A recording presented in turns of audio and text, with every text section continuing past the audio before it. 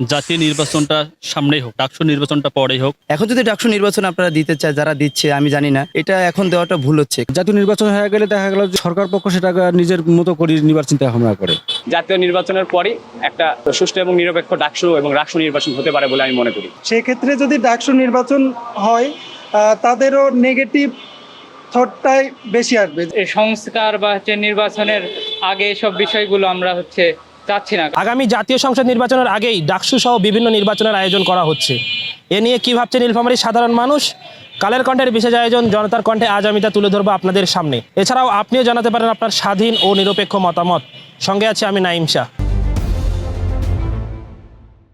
ডাকসু নির্বাচন যদি আমাদের সংসদ নির্বাচনের আগে হয়, তাহলে এটা ক্ষেত্রে বিভিন্ন সমস্যার সম্মুখীন হতে পারে। কারণ এইসব নির্বাচন আমার মনে হয় যেন কোনো দলীয় যদি প্রার্থী, যে কোনো দল যদি আসে, তারপর যদি ডাকসু নির্বাচন হয়, তাহলে সেটা সুষ্ঠু নির্বাচন হবে। এখন যদি ডাকসু নির্বাচন আপনারা দিতে চায়, যারা দিচ্ছে আমি জানি না, এটা এখন দেওয়াটা ভুল হচ্ছে। কারণ এখন দিলে অনেক ক্ষেত্রে অনেক সহিংসতা হতে পারে এই নির্বাচনকে ঘিরে, অনেক ধরনের জটিলতা হতে পারে। কারণ ভার্সিটিতে এখন যারা নতুন ভর্তি হয়েছে বা বিভিন্ন ক্ষেত্রে এখন যারা কাজ করতেছে এবং যে সরকার আছে বর্তমানে, আমার মনে হয় এই ডিসিশনগুলোকে একটু নিখুঁতভাবে দেখা দরকার। কারণ এইখানে যদি আমরা নির্বাচনটা দিতে যান বর্তমানে, তাহলে বিভিন্ন দল টল মত শেষে এটা একটা সমস্যা, একটা অরাজকতা দিতে পারে, অরাজকতার সমস্যা দিতে পারে এটা। তাই এই বিশেষটা আমার মতে হচ্ছে এই ডাকসু নির্বাচনটা আমার মনে হয় জাতীয় সংসদের নির্বাচন পরে দেওয়াটাই উচিত। এর আগে যদি দিতে চায়, তাহলে এই সরকারকে, বর্তমান সরকারকে বিভিন্ন সমস্যার সম্মুখীন হতে হবে। জাতীয় সংসদ নির্বাচন আগে হওয়া উচিত, কিন্তু বর্তমানে আমরা দেখতেছি যে ডাকসু নির্বাচন হতে যাচ্ছে।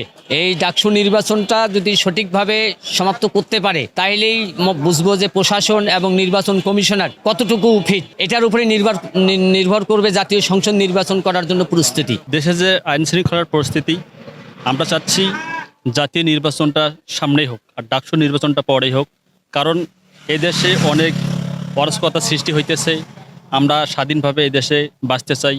আমরা চাই সামনে যে সরকার আসবে আমাদেরকে যেন সুন্দরভাবে জীবনটা দিতে পারে, আমরা যেন এই বাংলাদেশকে মডেল বাংলাদেশ গড়তে পারি। ডাকসু নির্বাচনটা আগে হলে অনেক রকম অরাজকতা সৃষ্টি হতে পারে। এই জন্য আমরা এইটাই কামনা করতেছি যাতে জাতীয় নির্বাচনটা আগে হোক। ডাকসু নির্বাচনটা জাতীয় নির্বাচনের আগে হওয়া ভালো আমি মনে করি। সেটার কারণ হচ্ছে যে জাতীয় নির্বাচন হয়ে গেলে দেখা গেল যে সরকার পক্ষ সেটাকে নিজের মতো করে নির্বাচন চিন্তা ভাবনা করে।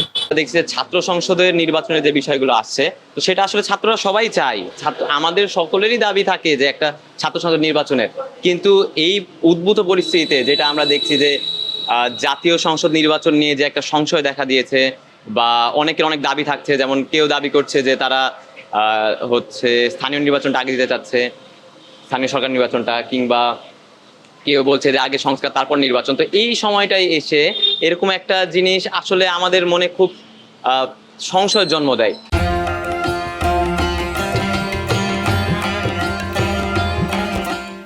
এখন যদি এই পরিস্থিতি নির্বাচন হয়, তাহলে আমরা কি দেখছি যে বিভিন্ন জায়গায় মব তৈরি করা হচ্ছে, চাঁদাবাজি হচ্ছে।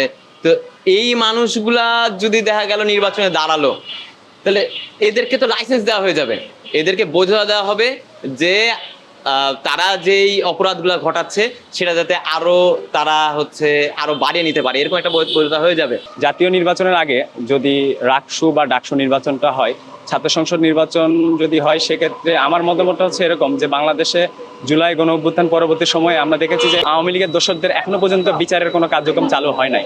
তো আমরা চাই যে এই সকল বিচারের কার্যক্রম চালু হওয়ার পরই আমাদের বাংলাদেশে জাতীয় নির্বাচনের পরই একটা সুষ্ঠু এবং নিরপেক্ষ ডাকসু এবং রাকসু নির্বাচন হতে পারে বলে আমি মনে করি। জাতীয় সংসদ নির্বাচনের পরবর্তী সময়ে এই ডাকসু নির্বাচনটা হওয়া উচিত। কারণ তাদের দেশের সংস্কারে অনেক কিছু বিচার কার্যক্রম, অনেক কিছু এখনো স্থিতিশীল বন্ধ আছে, যেটা জাতীয় সংসদ নির্বাচনের পরবর্তী সময়ে এই ডাকসু নির্বাচনটা যদি দেওয়া হয়, সব থেকে ছাত্রদের জন্য এটা ভালো। লক্ষ্য করেছে রাজশাহী বিশ্ববিদ্যালয়ের সাবেক সমন্বয়ক, যিনি ৭০টি প্রতিষ্ঠানে ৭৬ লক্ষ টাকা চাঁদা দাবি করেছেন।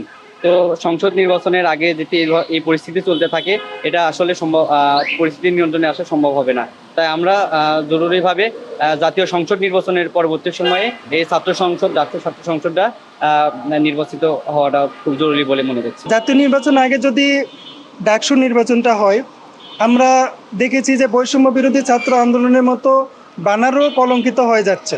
সেক্ষেত্রে যদি ডাকসু নির্বাচন হয়, তাদেরও নেগেটিভ থটটাই বেশি আসবে, যে তারা যদি এরকম চাঁদাবাজিরও একটা লাইসেন্স পেয়ে যেতে পারে, বা তারা একটা নির্বাচনে তারা চাইলে নেগেটিভ ইফেক্টও ফেলতে পারবে।